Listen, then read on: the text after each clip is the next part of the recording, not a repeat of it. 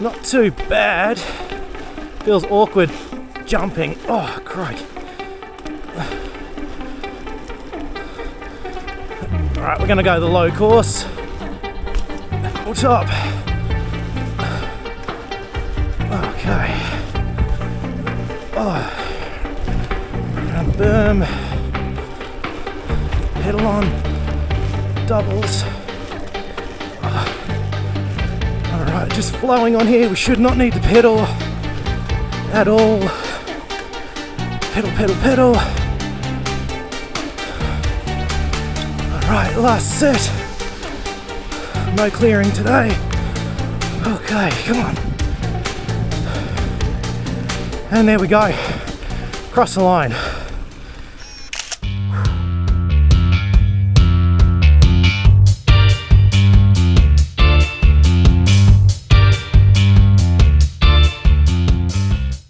Hey guys, and welcome to this episode of the Bad Idea Bros. Today you join me as I begin a new project, which is trying to turn the Specialized hard rock comp behind me into a 26-inch BMX. Now, I've seen quite a few people doing this on the internet. There's a whole bunch of YouTube videos of people doing it already, and I really like the idea. So, for any of you that have been following the channel for any period of time, you may have actually seen this bike once before. While Pablo and I were beginning the Banger Bike project in hunting for the old frames, I actually did discover this thing hanging up at Around Again Cycles. Now, I like the frame, I like the look of the bike, but there was just no use for the project that we were doing at the time. So when I decided I was going to give this one a go, I remember that frame was there, and I was hoping to be able to find it. I obviously got lucky because the bike's sitting behind me. So, the plan. Today we will be tearing it down. I want to get the bike down to a bare frame. There's not a lot on this I'll be using, except for probably the seat post and maybe the rear brakes. Other than that, the rest of it needs to come off. So I do have a plan. Whether it's going to work or not, I don't know. But there's only one way to find out, so let's get into this thing. Okay, so on the surface, the bike does actually look pretty good, and from what you guys are seeing currently, it does look quite complete, but there are a couple of little things hiding away. So, ignoring the fact that everything is absolutely filthy on the bike, it's obviously been hanging around out in the boneyard there for some time. We are actually missing a few things. So the front Mac or derailleur, whatever you want to call it, the cable has been cut from that. So we do still have all the levers and everything up here for that, but it's gone. And the rear wheel, don't know if this will show on film, but the bearing, there we go, is absolutely shot. So the bearings in that rear wheel are dead.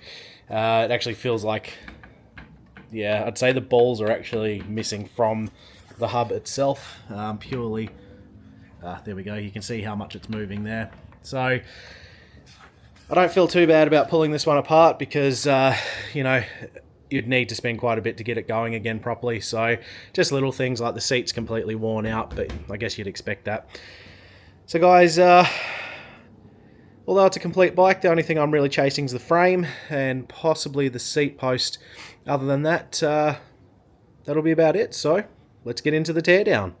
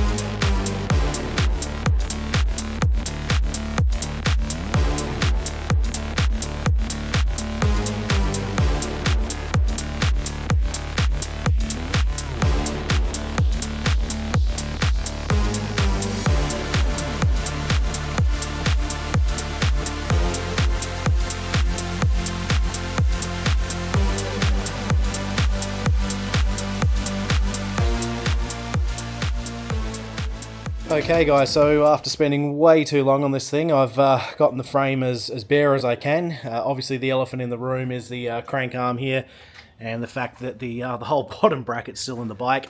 I fought that for ages. I do have the right tooling, but for the life of me I just could not get it out. So I guess I'll go and pay the guys at Around Again a visit and see if they can help me out with that. And I may as well get them to fit the new single speed bottom bracket while I'm there. So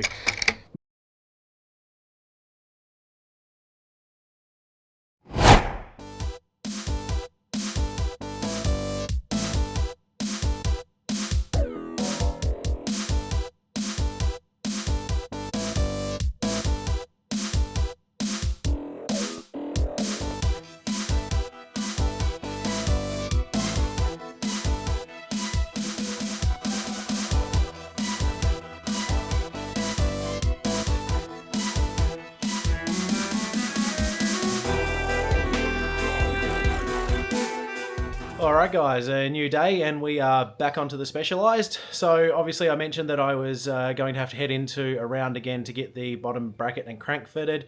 That's all done. The bearing case is up on the stem, that's all done as well. And as you'll see across the screen now, I've dug out a few parts to finish this build. So the plan today is to basically start stripping the old paint off of a few of the bits. You'll notice that they're not the right colour, so let's, I guess, get into it and fix that problem.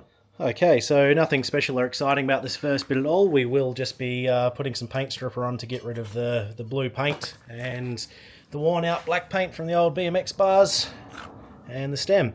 Obviously we've got some bolts in here, so they're going to have to come out, actually, as are the brake stays. So that'll be the first part, guys. We'll tear those bolts out and then we'll get the paint stripper on, and I'll get you on time lapse because that's going to take about an hour or so to do its thing.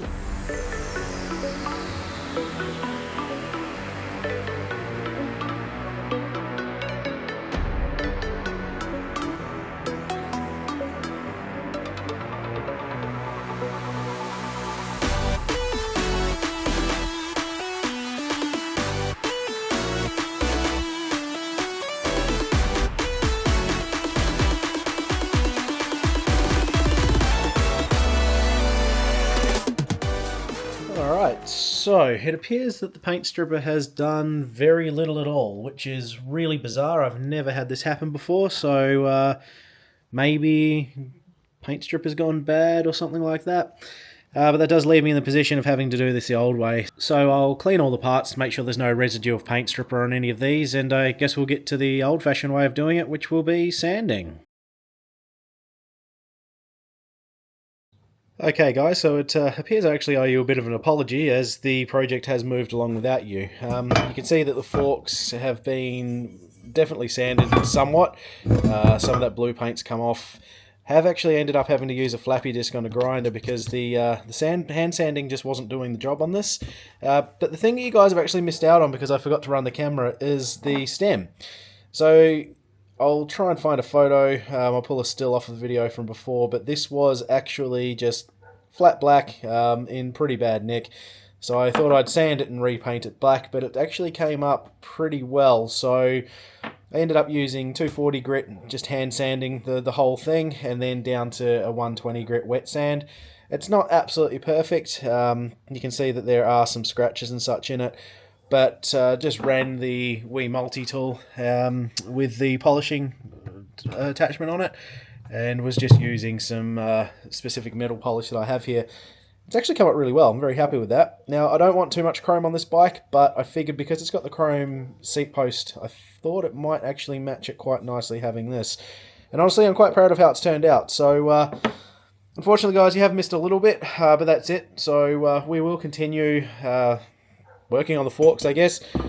These I do need to take off with the grinder. I won't be running front brakes on the bike, so I'm going to have to get these standoffs ground down. We'll continue to clean up, all back to bare metal. I'm not sure if I'm going to polish those the same as the stem, or if I might just paint them black. And of course the handlebars, these still need to be sanded. I'm hoping to be able to just hand sand these, because these will definitely be black. So yeah, that's where we're at, guys. This time I'll make sure to turn the camera on and we will continue.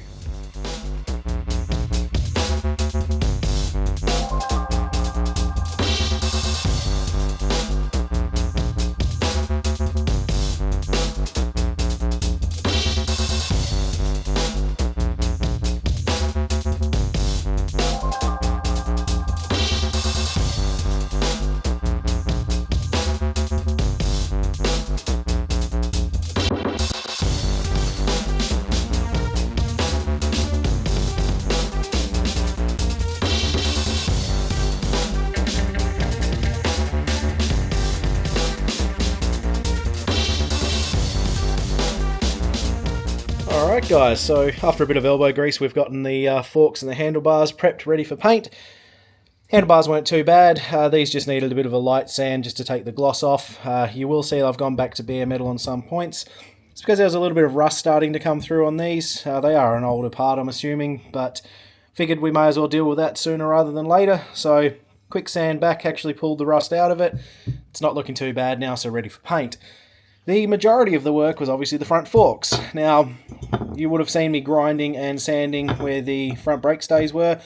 Not too bad, a lot of material there to get rid of, and I was a little bit nervous that there would be a hollow in behind, but thankfully these are solid.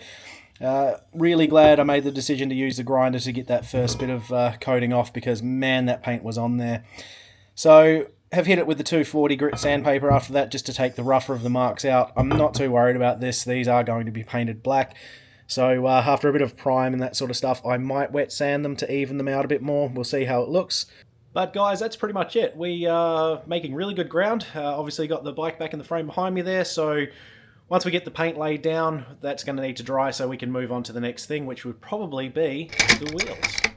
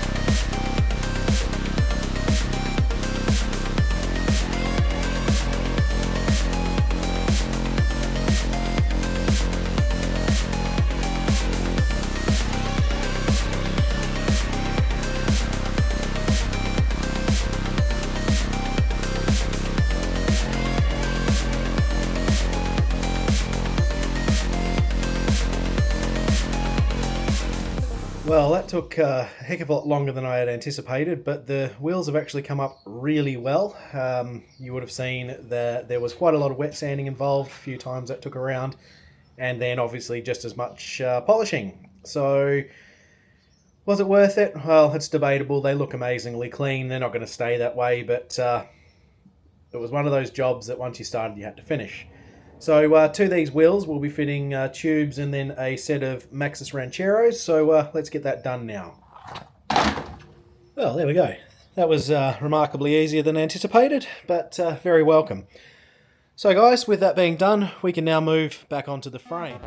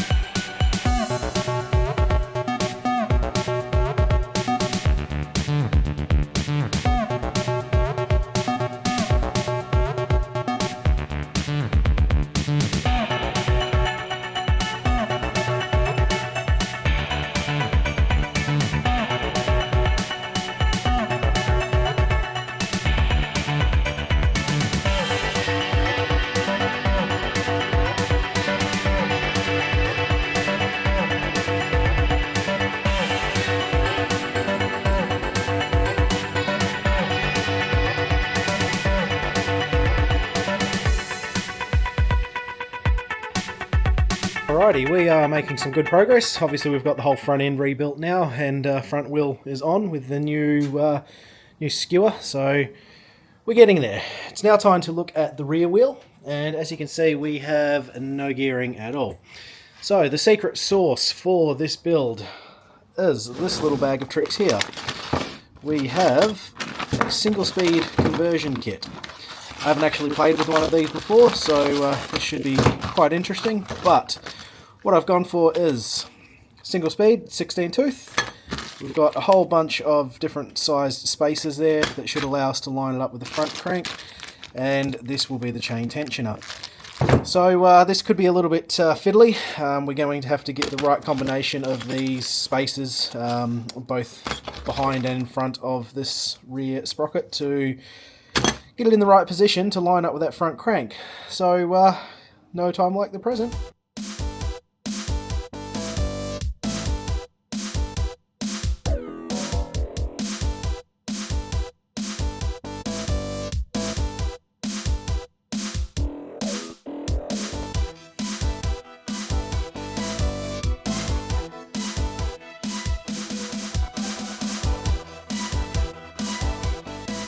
Right guys, so I have had an absolute win here. Obviously you just watched me do the first fit on the rear single speed sprocket. Now what needs to happen here is that basically where this sprocket is aligned, there's all different spaces to move it around on that cassette shaft, I suppose it's called. I don't really know what its actual name is, but if you look closely you can see that there's multiple different spaces. And that allows you to basically move and adjust where this rear sprocket sits on that plane there. And obviously you're going to need to line it up with your front crankset here. So I haven't done anything up tight, but if you guys look straight down that chain, if I put a bit of tension on it, you'll see that it is parallel to the frame, to the wheel, and dead straight. So that is an absolute win, and honestly just pure luck. I made a bit of an estimation as to where I'd want that rear sprocket to sit, and I just got lucky. There's so many different combinations you could do with those spacers, and it turns out I found the right combination first go. So definitely wouldn't expect that to happen every time. Like I said, pure luck, but absolutely brilliant. It means that there's going to be a little less mucking around than I thought there was going to be for the rear wheel on this.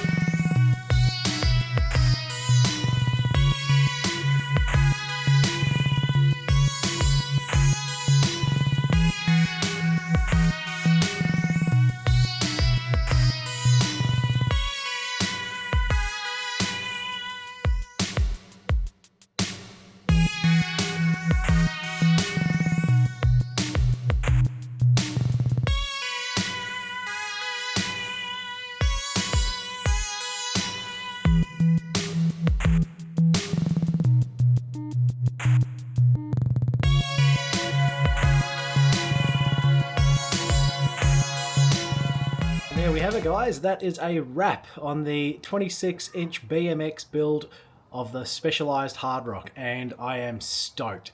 So that all went together remarkably easy. There's not a lot of components on this one, so I wasn't really worried about putting it together, but man was there some work in cleaning and sanding and polishing this thing. That was probably the biggest time spent on this whole build, was just getting the parts right. So other than what I reused from the original teardown, there hasn't really been a heck of a lot added to it. We've obviously got the BMX style stem and bars. Other than that, the chain tensioning kit and the single speed conversion, that's pretty much all I've done to it. It is still in a position where it could be turned back to a 26-inch mountain bike if I chose, but realistically it's never going to happen. This thing is cool. I am really looking forward to riding it.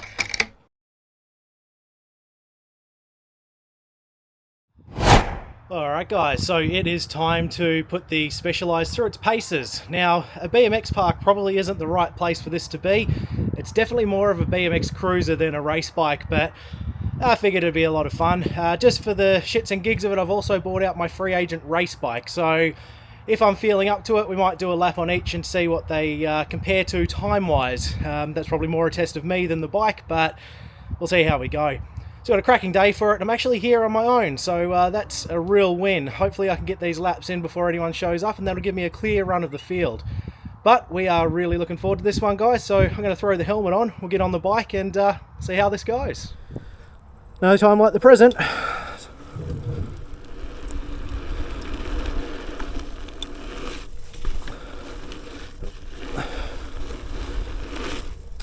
Not too bad. Feels awkward jumping. Oh, crikey.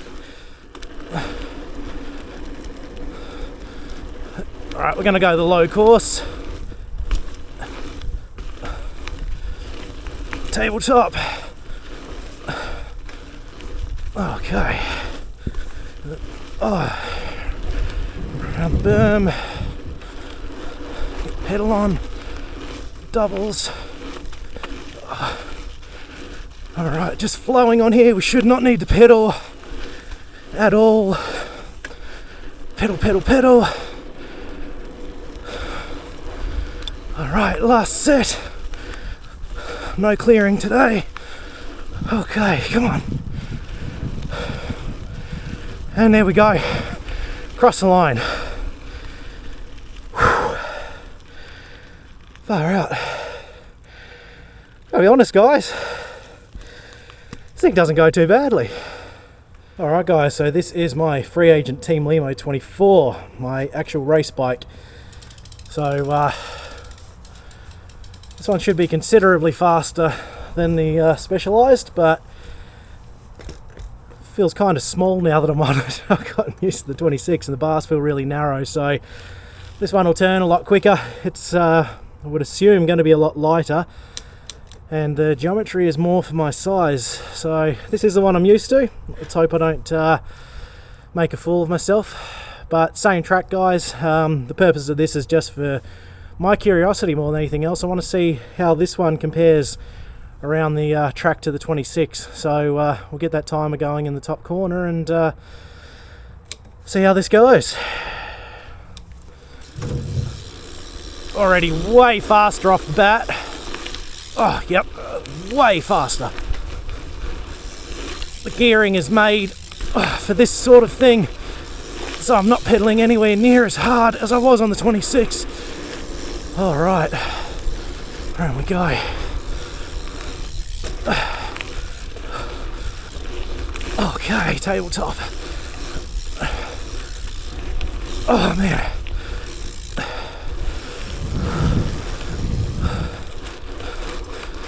Through the whoops. Oh, shorter wheelbase.